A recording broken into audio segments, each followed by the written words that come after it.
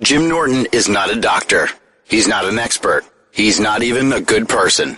The views, opinions, advice, and humor of Jim Norton does not reflect those of any doctor, of SiriusXM, of Opie Radio, or anyone else. They are solely those of Jim Norton, Lyle Chipperson, Edgar Mellencamp, Paul Hargis, and whoever else lives in that chinless head of his. If any of this advice goes wrong, you are the asshole who called a comedian instead of a doctor.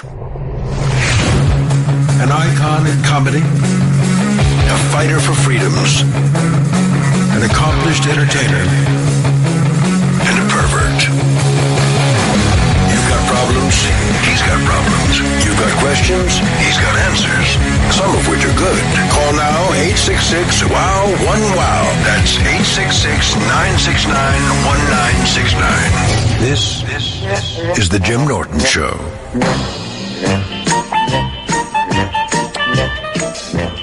It's a special day here on the Jim Norton Show. I am not home today. Normally I broadcast from home in my underpants. But what happens is the staff, once in a while, will get a special treat, which is me being in the room. It's part of what keeps them going. A lot of times it's part of their contract. They don't get raises, but they are allowed to be in the room with me as I broadcast, and according to them, it's some kind of an honor. I wouldn't know. But I just don't have the... everything's not hooked up yet, so I had to come in today. And I took a shower before. I took a little nap today.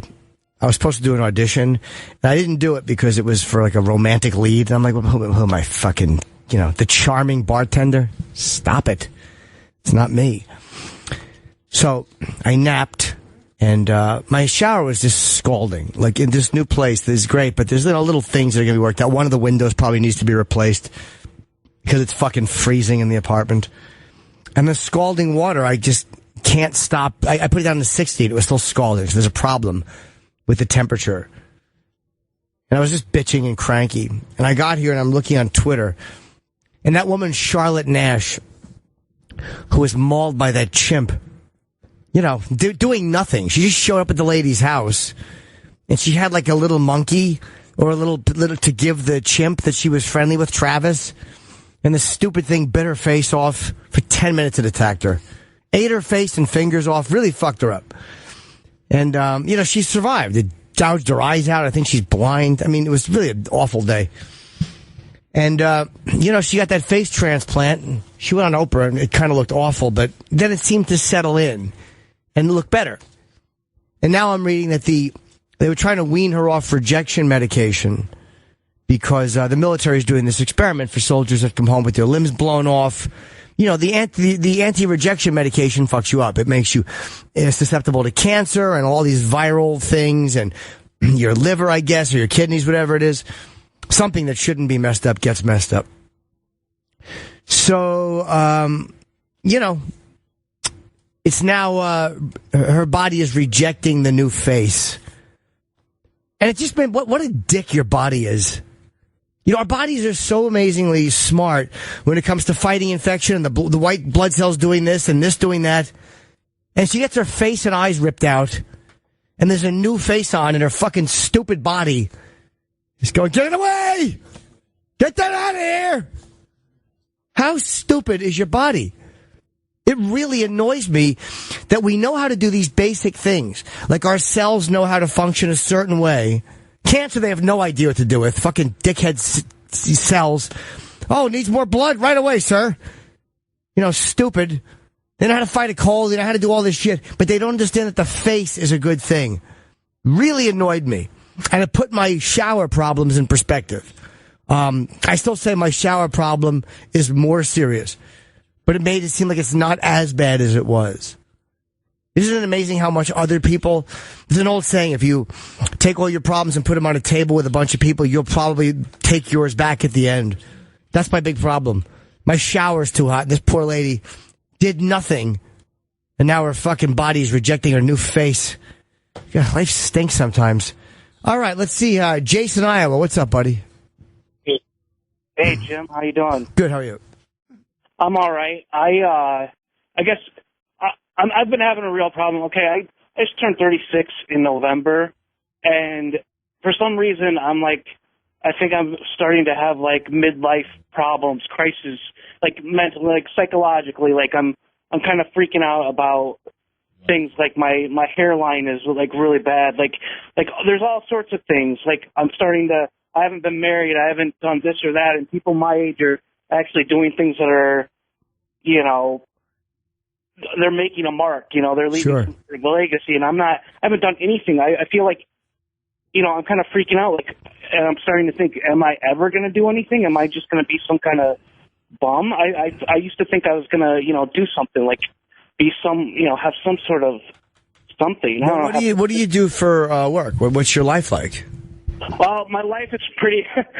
That's the problem. My life. I was diagnosed with bipolar disorder when I was in college back in, I don't know, 99. Back in 1999, I had bad depression, and I've had to move from. Last August, I lived in Albuquerque, New Mexico. I tried that out, and I lived in Vegas the year before for a month. I've been trying because of. Well, are you working? Depression. No, I'm not. Okay. Right now Let me ask you a question. I understand what you're saying. We get to that point. First of all, 36 is not midlife, dude. It's just that we go through these crises. There's an old thing where somebody once told me, don't judge your insides with other people's outsides. And I'm guilty of that. Where I'll see somebody doing well, and all of a sudden I'm a piece of shit and I feel terrible. And you forget that the people who you think are making the mark or you see are making the mark, they have their own problems, dude. They have their own set of foibles and things that ruin their lives and their erection problems, and their spouse has bad breath, or their kid has cancer. There's a million really awful things, or just mildly awful things, but we don't see that on a daily basis. We just see what they're showing us, and we judge our insides and our feelings against that, and that's not a good way to live. I do it sometimes, so I know how you feel, and it's shitty. You know, you got to look at the positive stuff. And that is what, you know, again, I tell myself the same thing. Try to look at the positive stuff and not focus on what I don't have. You know, if I can't have what I want, let me want what I have. Old expression, but true. You know, it's like what I just said. I just opened up talking about like how I'm belly aching about something. And yet I look at a woman whose fucking face got ripped off by a chimp. And now her body is going, beat it, face. Wow. Like, talk about not winning or beyond your control. Like, there's always somebody worse off. And I'm not saying you should rejoice in other people's misery. But when you look at where your life is, you can say, okay, it's not perfect. I got to do this and I got to fix that. But don't look at everybody else's, what they're doing, because they have their own set of problems. And believe me, they are looking at somebody else thinking the exact same thing you are.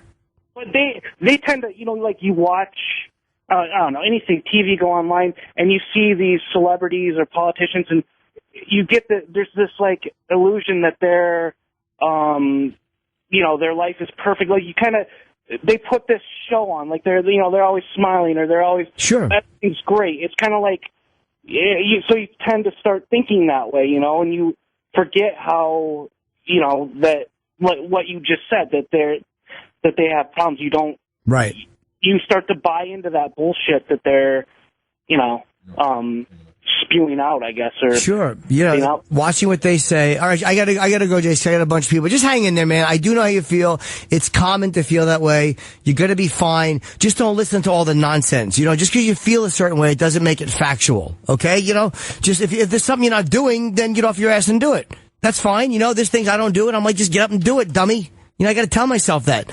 But it doesn't mean that all these other people doing something is a reflection on you. You're not sitting on a seesaw with those people, where the higher they go, the lower you are. You understand? It's not a ratio of their rise is your decline. They might go up 10 notches, you might go up 6. That's fine. Okay, buddy? Okay, all right. Thanks a lot, Jimmy. All right, take care. All right, good luck. Oh, boy, that guy's in trouble. All right, let's see. Scott in Wisconsin. What's up, Scott? Man, how are you? Yes, sir. Yeah, that's funny shit. Yeah, no, that guy just needs to go to work. That's all he needs to do. He'll feel better. You know what's funny? When you're not working, man, it really does make you feel better. As long as the job is something okay, it does help to know that you're working and being productive, man. Not working really messes with your psyche, I think. For sure, for sure. No, I was just wondering if you got any insight on what's going on with Ant. I know he was in rehab till the 28th, but is he coming back or not, or...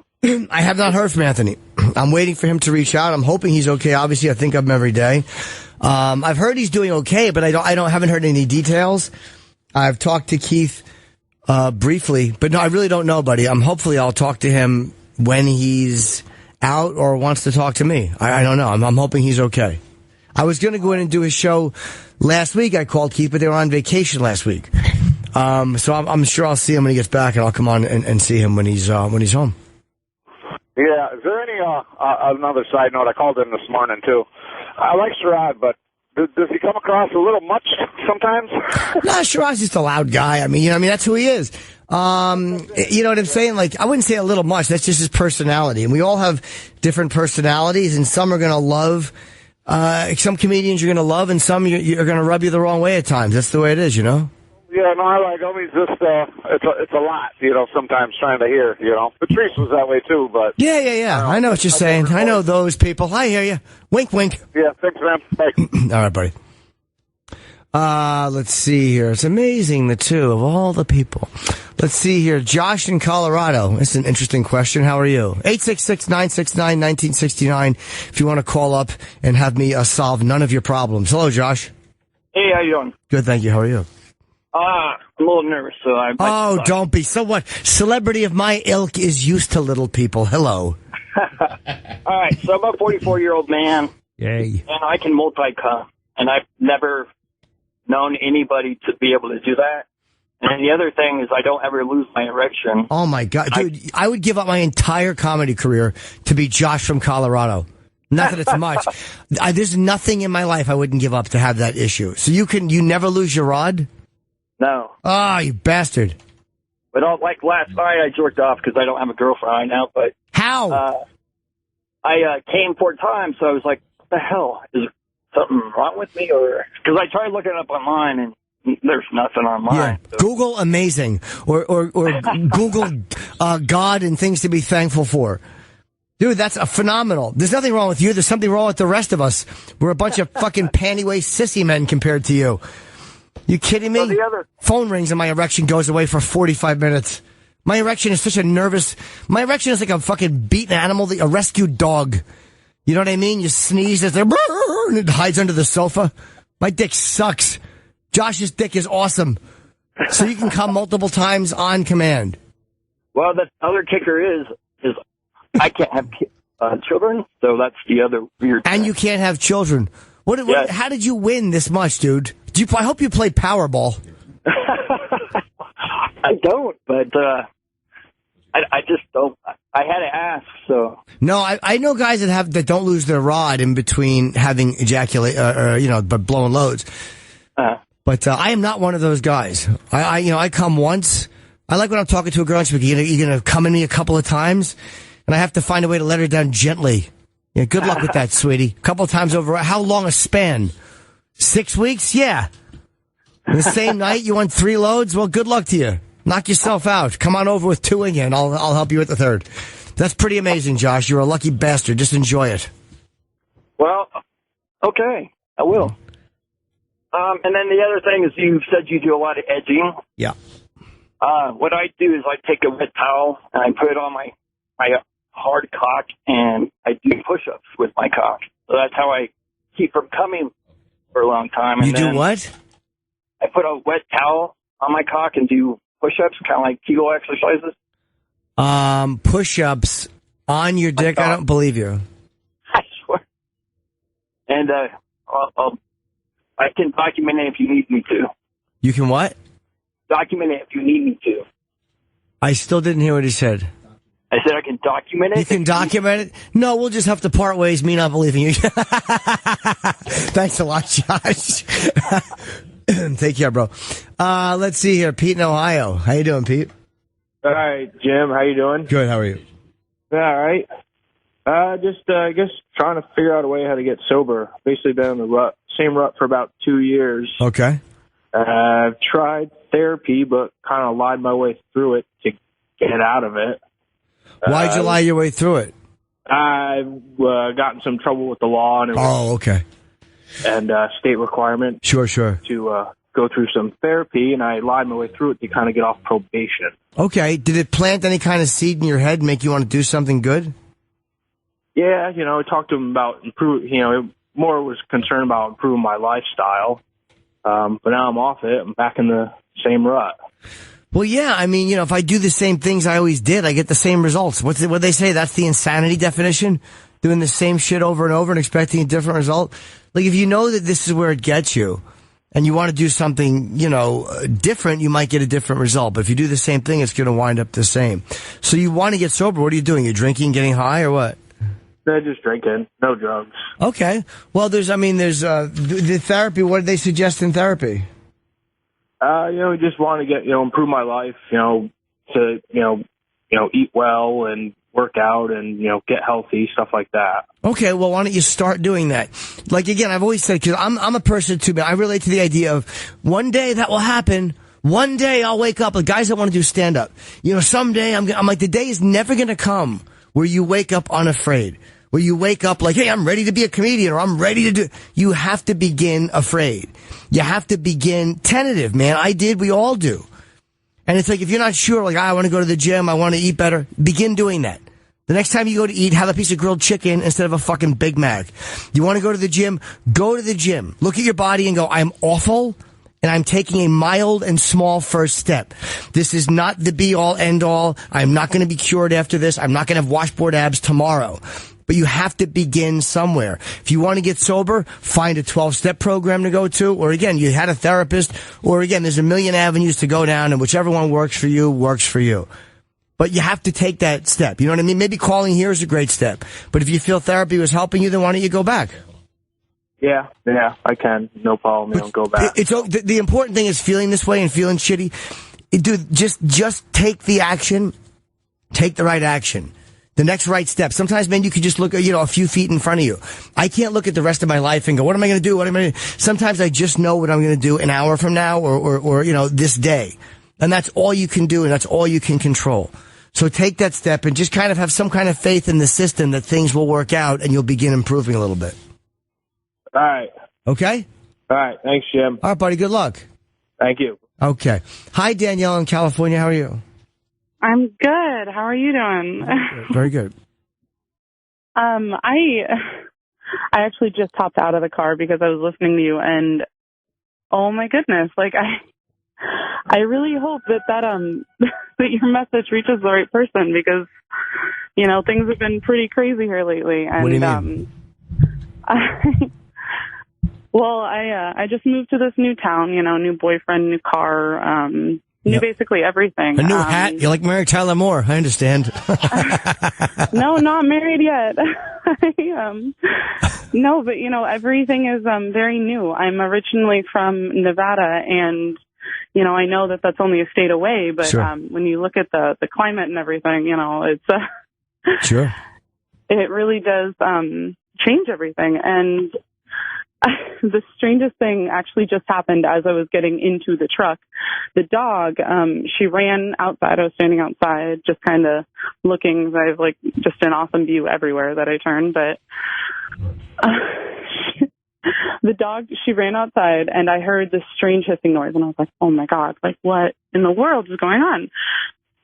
And so I turn around, and it looked like these two little cat eyes. And apparently where I'm at, there's raccoons and shit. I have no idea. But the landlord kept telling me that there are raccoons. And I was like, oh, my God, no. Raccoons are scary. Well, I had to leave my cat now he's my cat. He's at my boyfriend's sister's house, but yes, he's probably gratefully doesn't have to hear this story. How long does this go on, Danielle? Jesus, it's pointless. I really just wanted to call to say thank you. Well, you're very well. I appreciate you being here. They're just kind of going, I moved with this raccoon. You act like they're fucking dragons. Well, was Khaleesi and the raccoons there? Raccoons are everywhere. There's 3 places they're not. There's 2 in the studio behind the desk. Oh my God, that's terrifying. Oh my goodness. Yeah, no, there's bugs. There's just, oh my God. Yes, I know. It happens. We're on the earth. All right, Danielle. Well, good luck with your move. You'll be okay. Thank you so much. Goodbye. Thank you very much. By the way, Danielle, I recognize the voice. She was the editor of worststoriesinhistory.com. Let's see. Let's see here. How about Kelly in Mass? Hey, dude, you know what? Oh, wrong Kelly. Hello. Hello. Kel. Hi, Kel. Hey, how are you? Good, how are you? Good. So, my problem is kind of a strange problem. My boyfriend he's like terrified that he has a little dick and he has all his life. Yeah. But he doesn't have a little dick at all. Oh, thanks, hon. So, he doesn't have a little dick. How big's his dick? No. It's probably like a good 6.5, 7 inches. Okay. But the guy that I dated before him was like a mutual friend of ours, and he's a black guy. Oh, boy. So, Cue organ music. I know, but he didn't make me come. Like, this guy, I'm just so into it that I come from, like, nothing. How big was the black guy's penis? Not that big, probably like 8. Okay. A solid 8. Because, yeah, you had to throw in solid, didn't you, Kelly? A solid, girthy 8. You know, it's like a calf, like a yam. Like a yam with a hat. But he was the worst. Like, he was just super selfish, never went down on me. Like, yeah. Not a good time. That will never make a guy with an average dick feel better. Oh, good, I eat your pussy. Good for me. I'm a team player. That's what a guy with a regular dick wants to hear. After you fucking banging Bubba Smith. Oh, good. I know. Guy with a giant hog. I don't want to, like, patronize him by telling him that he goes down on me so good, because I want him to think that, because his dick makes me come too. Yeah, I understand what you're saying. But you know what I mean? I don't know how to go about it. But when he told me that he had, like, he felt like he had a little dick, I laughed in his face, because I was like, you don't have a little dick. Well, you know, it's funny. We all get that thing. For me, it was I became an obsession too. Yeah. I personally made it dirty. I began making girls tell me or asking them to tell me about their sexual histories. But how do you make him? That insecurity is... Than you, or what did you? Depends. I mean, I don't mind hearing it because I'm a pervert. but I would say this: it's one of those things where that's got nothing to do with you. His insecurity about the dick. Just keep coming. Yeah, just keep fucking him. And where'd that last call go? He hung up. No, there's a call who wanted to ask how ugly comics become famous. I was going to go right to him. I had plenty of advice. So I don't know. Just be honest with him. That's all you can do is be honest. His insecurity has nothing to do with you. All right. Okay? All right. Thanks, Jim. Bye-bye. Let's see here. Mike in Canada. I don't know who you mean. Hello, Mike. Hey, Jimmy. Hello. I'm referring to this morning. You and Sherrard. Okay. What a match in the Palm Olive. All your hands are soaking in it. Remember that? I do. Okay. You remember her? She was also the maid on McMillan and Wife. Remember Rock Hudson, the first guy that discovered AIDS? I do, yeah, but I don't remember the maid. Now, what is your question about her? No, I just wanted to bring it up. I tried to get a hold of you this morning. I couldn't get through. But when you were talking about Madge, it's like, oh my God, I remember her. She was the maid on that TV show, that cop show, McMillan and Wife. Oh, you recognized her. We had a funny rant, me and Aunt one day, a very funny rant about McMillan and beard, McMillan and broth. Oh boy, did we have we had a blast with that tragedy. We did a whole big bunch of time. What an awful show that was. Such an 80s idea or late 70s, McMillan and Wife. Yeah, late 70s. It was either like every Wednesday it was McLeod, McMillan and Wife, or Columbo. Remember that? It was changed around. McLeod. Oh, I forgot about that. Fucking McRain. Riding a horse in fucking San Francisco. That was good TV back then. It really was. All right, man. Thank you for the call. All right, bye. Take care, pal. Goodbye. AJ and NJ. What's up, AJ? How are you? Good. How are you? Hey, not too bad. Hey, after tomorrow, I'll be 2 weeks sober. Good for you. Last Wednesday, I actually went for my first AA meeting, and let me tell you, it was definitely a weight lifted off my chest. I was able to express myself to people who understood what I was going through. Now, my question to you is, you've been sober for a very long time now. My family is trying to help me, but my mom, because she's a psycho, wants to push me and tell me, I have to go to meetings like 2 or 3 times a week, meetings. Now, after my very first meeting, I feel amazing. I don't want to touch alcohol again. I'm 27. I have the rest of my life ahead of me. I don't want to ruin it.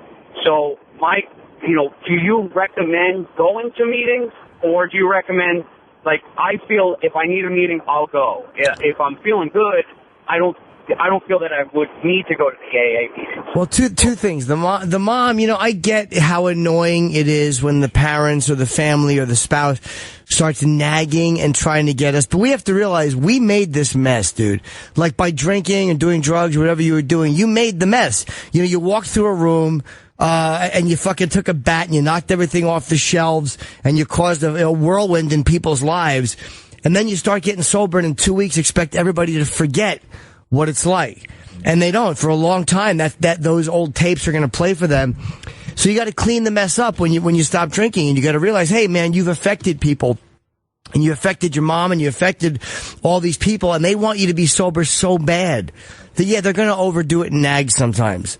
Give them some time to adjust to the fact that this is your life now, and don't expect years and years and years of behavior to all of a sudden be erased from their mind because you go, okay, I'm good after 2 weeks. So that's going to take a while. And look, it's up to you whether you go to meetings or not. I would always suggest doing something, whether it's a 12-step program, I always suggest some form of action with other people, because most people I know who have done it alone have had a harder time. I'm not saying it's impossible, but you got to realize, man, you tried it alone for a long time and you saw where it got you. And if after 2 weeks you think that you're fixed and you don't need anything, then pursue it that way.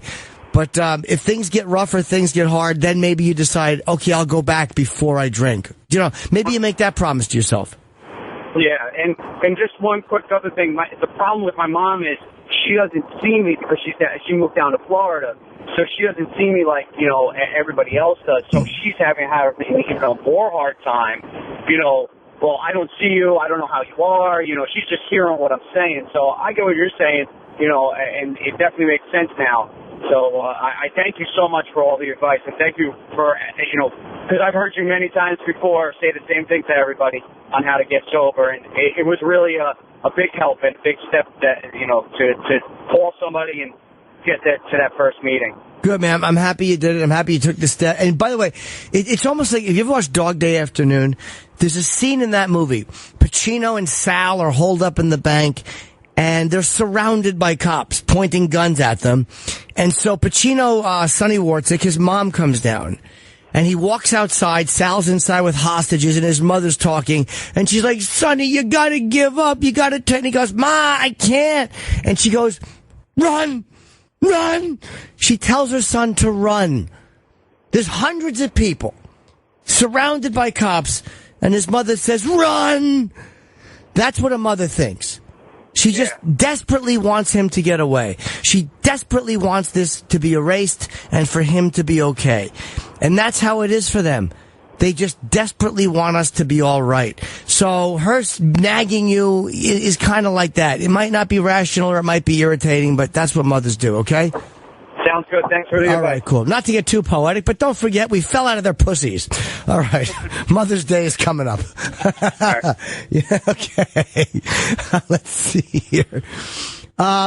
Jim in Florida. Why would you ask about Bethlehem? You're not in fucking Bethlehem, you bastard. Hey, Jim.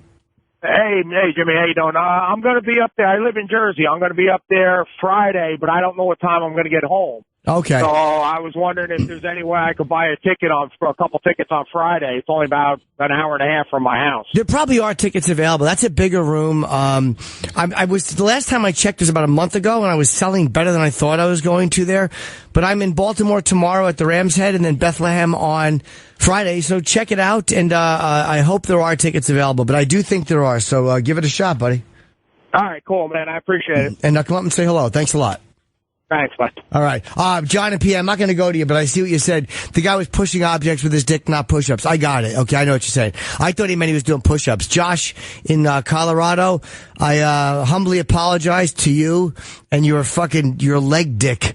Let's see here.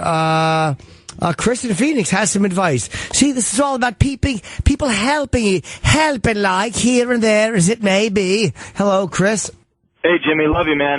Just wanted to tell the girl, she said she didn't want to patronize her boyfriend when I strongly suggest her to start patronizing her, start faking gagging when she's giving him head, you know, maybe sit on his face, really play the role here that he's got to supersize. Even if he doesn't believe it, he'll thank her for it later. Yeah, you know what? And she's got to stop doing this. Oh, little weenie. She probably stop doing that.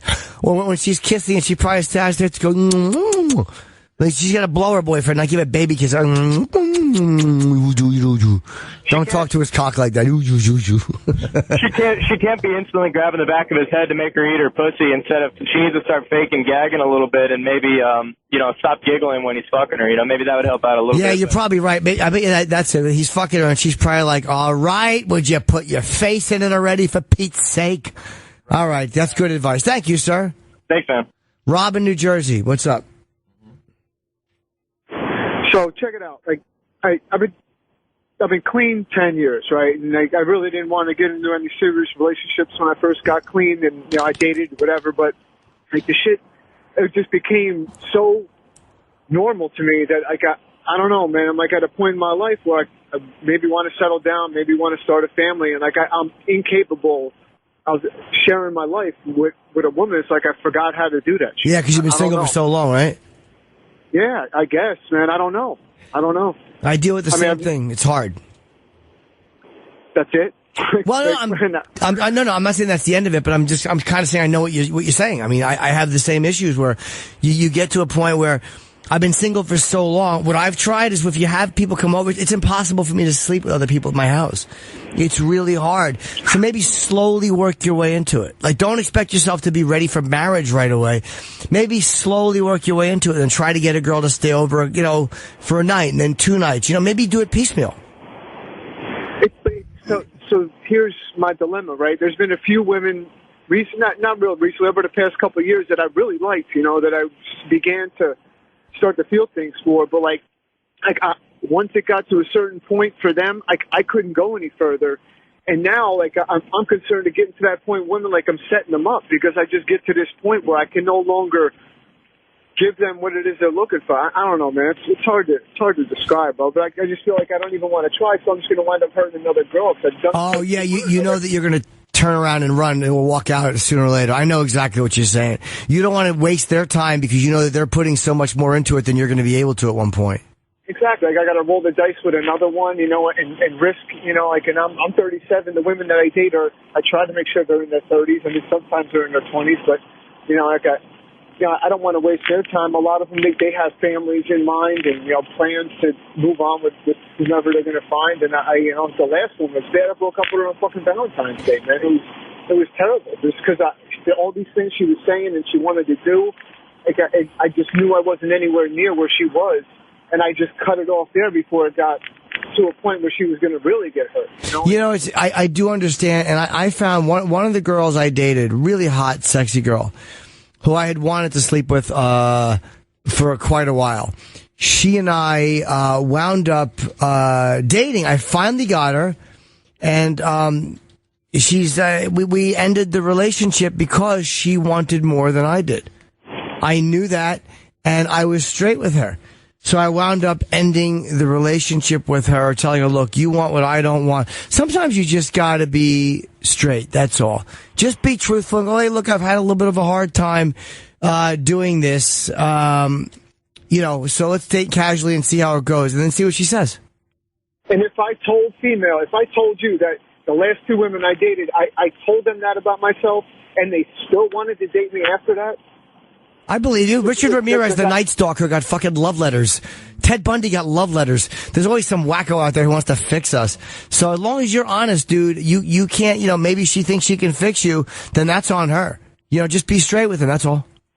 And you got nothing for me as far as haven't been able to break that down for yourself at all? It's one of those things where, again, it's all the action, dude. It's one of those, like I said, do it piecemeal.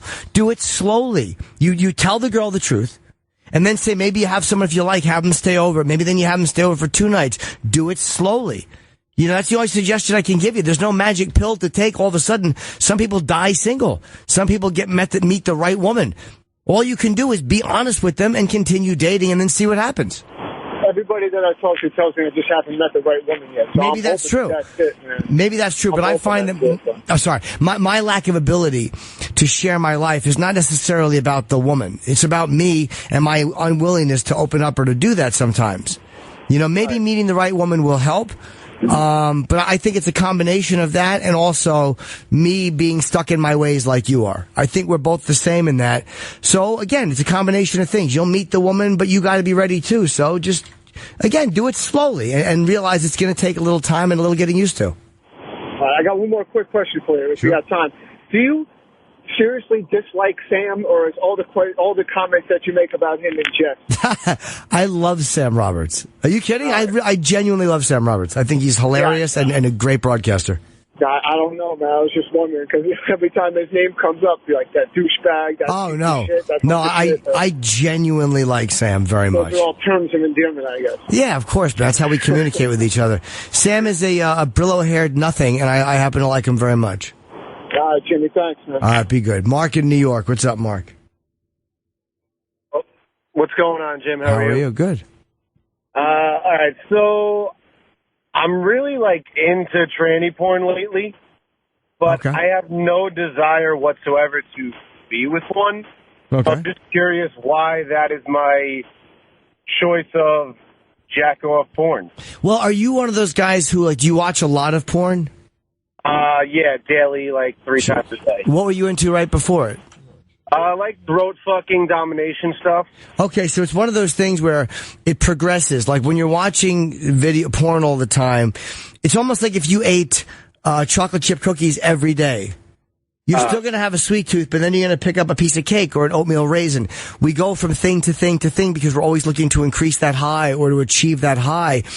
And after watching the same thing all the time, it's hard to achieve it. The oh my God factor, the newness factor, the I can't believe I'm seeing this factor wears off. And then we move on to the next thing. So now it's trans porn. After that, it might be scat porn, or it might be this, or it might just be loving porn. It might be lesbian stuff. So if you have no desire to be with someone who's transgender, maybe just watching the porn is your way of upping the ante in your mind and hitting the refresh button on being turned on. So you could say that's a good thing because you don't want to get bored, or you could look at it like you have a sexual addiction and it's just, you always have to keep upping the ante, which is, it's how people get worse. They spiral. Yeah, I mean, I blame it on Chatterbait, that fucking site. Oh, boy, Chatterbait's a rough one. I've been on it, too. I don't spend a lot of time on there, but, that chink-a-link of a fucking 50 or 100 tokens, I go on there occasionally. It's hard not to.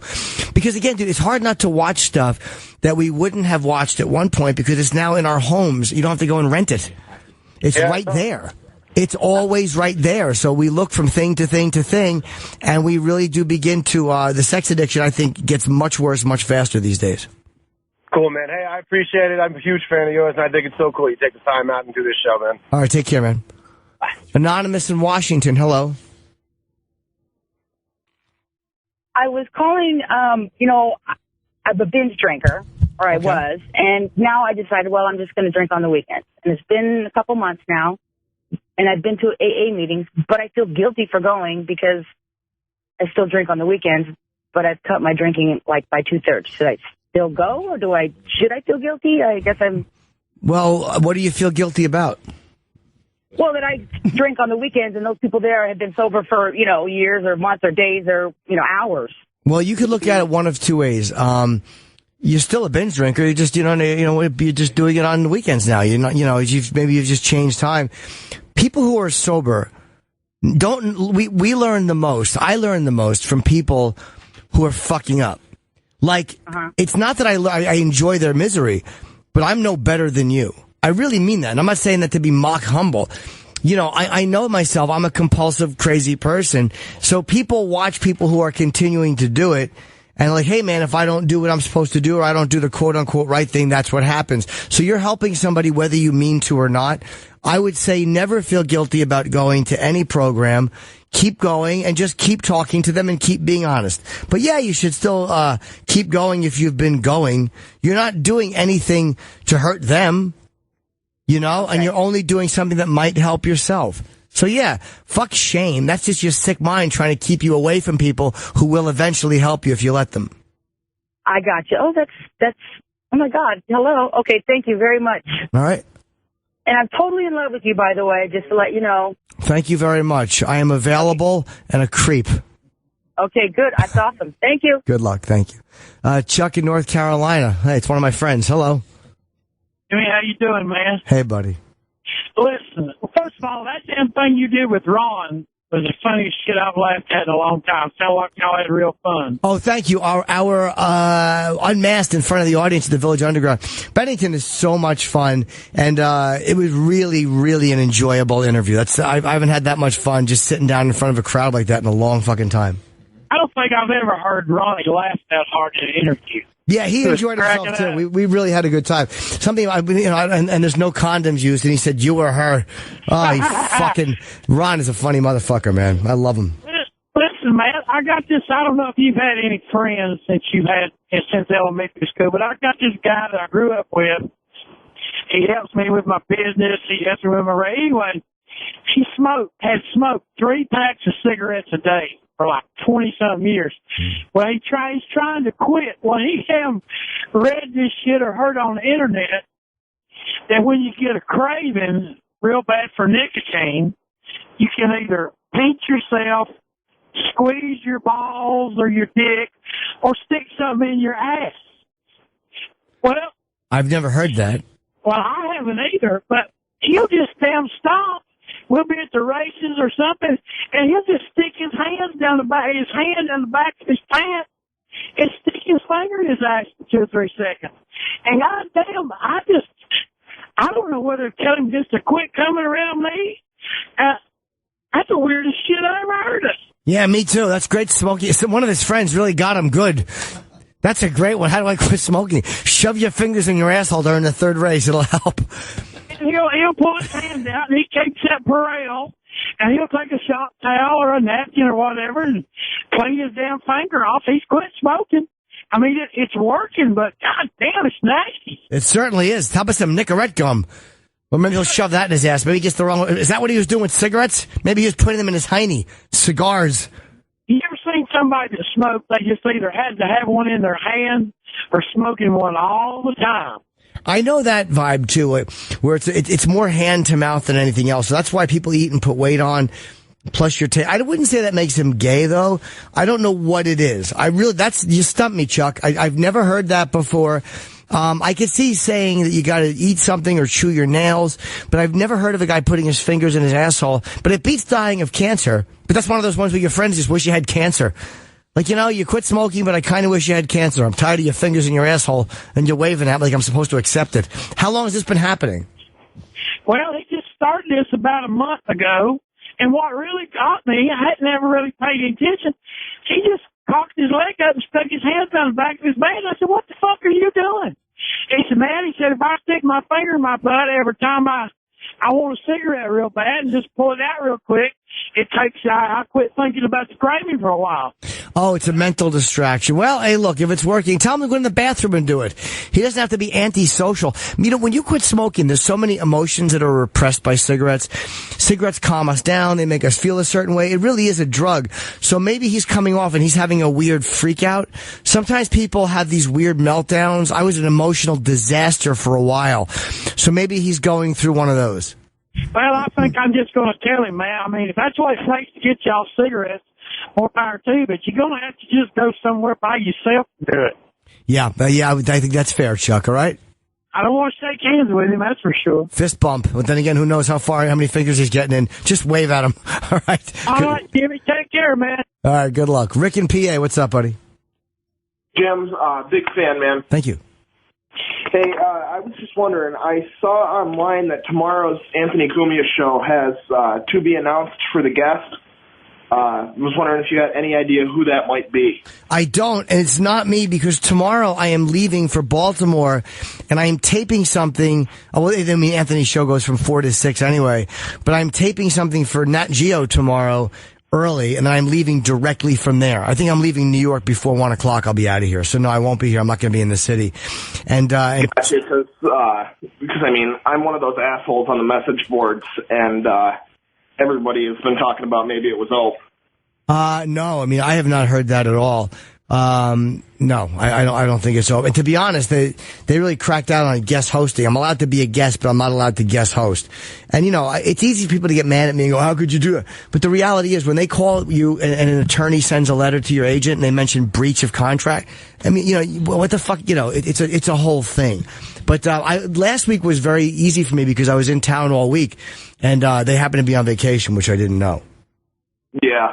And the only other thing is, hey, I was wondering if there's any easy way to meet you. I'm going to see you on Friday night in Bethlehem. Oh yeah, I'm always out and about, man. I should be around. I mean, I'm pretty easygoing. So if you just walk up and say hello, what's your name? Rick, come up and say hi. Will do. Thanks, Jim. All right, buddy. Take care. Let's see here. Oh, wow. Let's try this guy, Jim in Chicago, who's been on hold for a while. Hi, Jim. Hey, Jimmy. How are you? How are you? Tough acting, 10 acting. This is my Chicago accent. I'm fucking obsessed with that dumb saying. How are you? Sausage. I'm doing good. What's going on? I've been the front man for a band for 15 years. And I always find parallels between musicians and comedians. And I don't know. I'm 34 years old, and I'm 260 pounds. And how long can I keep jumping off an amp like an idiot for no reason? Sure. Checking to see when you know when to tap out. From a musician's or a comedian's perspective. Well, you don't have to tap out. I mean, look at Blues Traveler. Look how big that guy got. He continued to play. Maybe just don't jump off amps. How about that? How about you mellow out a little bit or you lose the weight? If you're a big guy and you got to lose a few pounds, lose a few pounds. But it depends on what your goal is. If you're doing it because you want to be, the next Guns N' Roses, well, maybe then you tap out. But if you're doing it because you love to be in a band, why do you have to? It doesn't have to be the forefront of everything you do. But if you really enjoy it, I think you should continue doing it because you love it. Yeah, priorities have shifted a little bit. Sure. Looking at being an adult more, and I mean, I've accomplished a lot of stuff with it. So I'm just. I don't know. It's weird because you never know when the pop is going to come. I look at it as a lottery ticket. So we've made 8 great records and we had a great time with it. So I don't know. I'm thinking about landing the plane, but I'm not sure where that's going to be. What's the name of your band? It's JIP, J-I-P. You'll like this. My bandmates is kind of letting them know where my head was. I got into cam girls for the first time, and I made a video of 20 cam girls from across each country dancing naked to our video, or our song. So that was a good time. Oh, good boy. Jib, J-I-B? J-I-P. Oh, J-I-P, Jip. Good luck, man. All right. Just maybe see how you feel about it and what's really important to you. Because if you just love doing it, then keep doing it. Thanks, Jimmy. Just enjoy it. All right, take care. We have some advice here. Emma in New Hampshire. What's up, Emma? Emma, 48. Raging Bull. Hi. Hi. I just had some advice for the guy with commitment issues. Cool. I have a BA in psych. I graduated from Keene State, and my advice would be to get some therapy because it seems more of like a deep-seated issue with him. Oh, maybe. I mean, again, it can be, are you meaning me too? Maybe we both need a little therapy. That'd be good therapy too, wouldn't it, Mac? Yeah, maybe therapy would help. But I also think that, part of it is that we have so many choices these days. I think the abundance of choice makes a decision a lot harder to make. Yeah, commitment issues also means a lot of fear and stuff, so maybe that's something he needs to talk about too. Maybe, but also you got to remember sometimes as men, you just don't want to settle down. There's so many young ladies out there. It's just kind of hard to pick one who I want to put my seed in, as we say. That's true. It seems like he really wants to be committed, though. Maybe he does, or maybe he just is afraid of not being committed. Sometimes I get that where I'm like, well, I'm not committed. What's wrong with me? Do you want to be committed? No. What's wrong with me for not wanting it?